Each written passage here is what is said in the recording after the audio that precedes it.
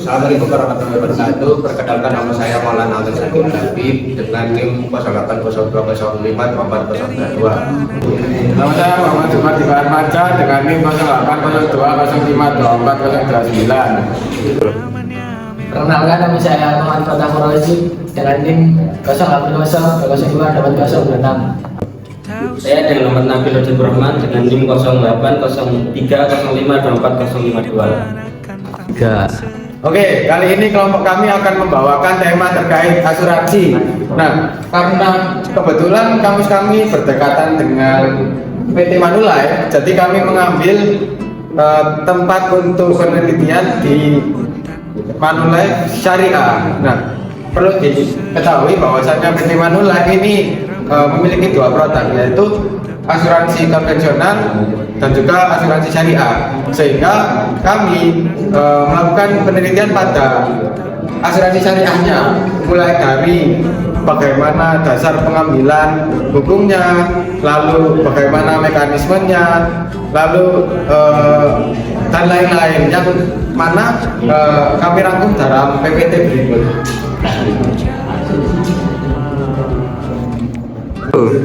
Jadi dalam latar belakang ini, perkembangan industri keuangan syariah di Indonesia menunjukkan berbagai signifikan, termasuk pada sektor asuransi syariah yang menawarkan sistem berbasis tolong-menolong atau ta'awun, atau juga bisa disebut risk sharing atau berbagi resiko.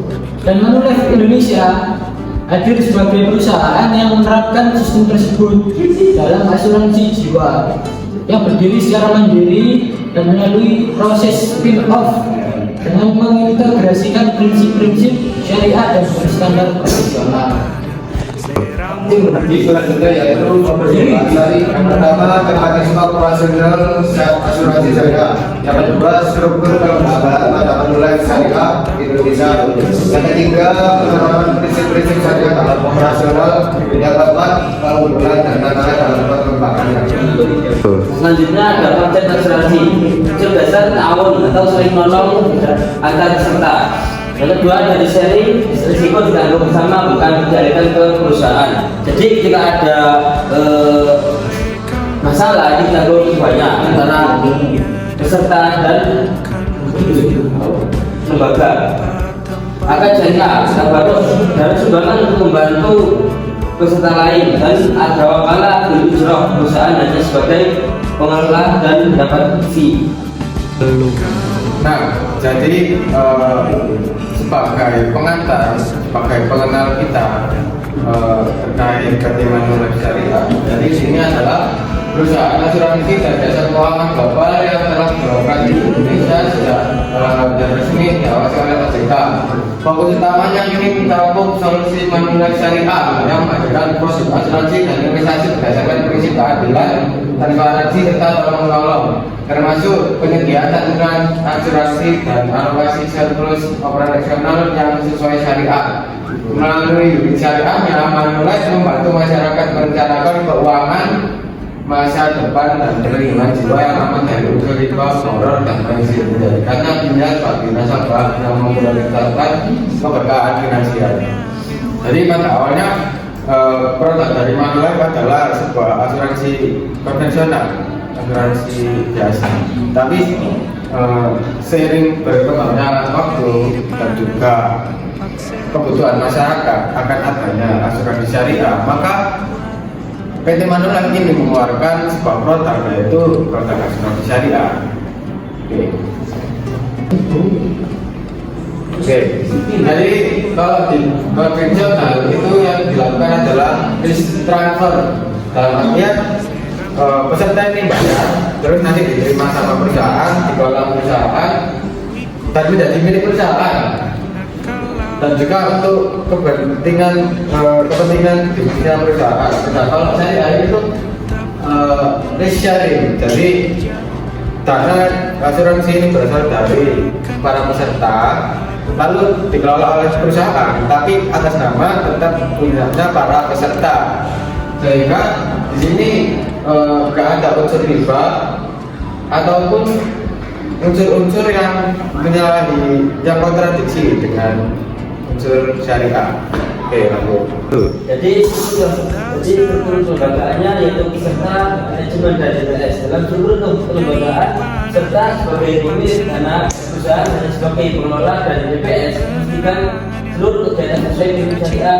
Jadi ada pembagian peran yang jelas dan transparan. Mekanisme operasional pada manajemen online yang pertama adalah mulainya kontribusi peserta, yaitu membayar kontribusi. Kemudian dana tersebut akan dibagi menjadi dua, yaitu dana yang akan digunakan dalam membantu peserta lain yang terkena musibah dan dana selanjutnya itu akan menjadi sebuah investasi yang bertujuan untuk memberikan manfaat tambahan untuk peserta lain. Dalam hal ini perusahaan tidak sebagai pengelola dana melalui akad wakalah. Akad wakalah berujung sehingga tidak menanggung resiko secara langsung, melainkan memperoleh imbalan berupa jasa pembalaan. Selanjutnya yaitu adalah penerapan prinsip syariah. Penerapan prinsip syariah pada bangunan syariah di Indonesia dilakukan untuk memastikan seluruh kegiatan operasional terkait dari unsur riba, moral dan maisir serta diawasi secara langsung oleh Dewan Pengawas Syariah DPS. Selain itu, sistem yang digunakan juga mencerminkan keadilan melalui mekanisme pembagian surplus dan politik, di mana pembagian dana tahun baru dapat dibagikan sebagai sebagian serta sesuai ketentuan yang berlaku.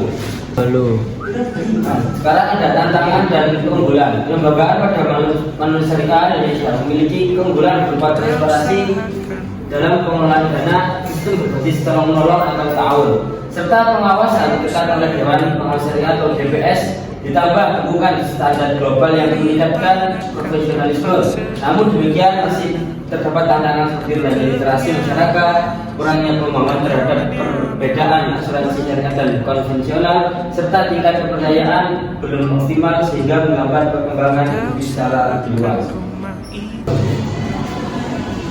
Jadi kesimpulannya, kelembagaan syariah pada PT Manulife Syariah itu telah menunjukkan sistem yang telah berjalan sesuai dengan prinsip-prinsip syariah, mulai dari strukturnya, mekanismenya, lalu pengawasannya juga.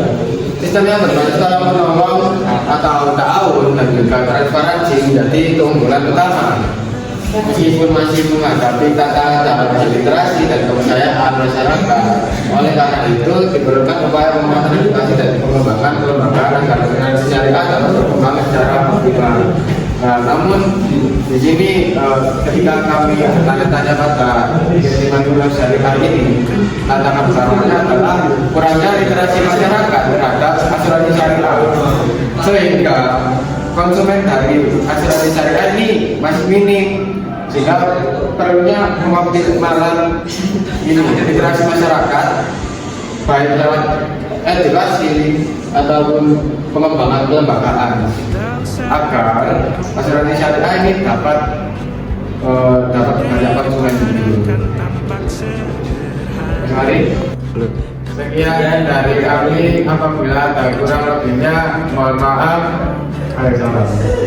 Assalamualaikum warahmatullahi wabarakatuh. Perabotan dan wangi-wangi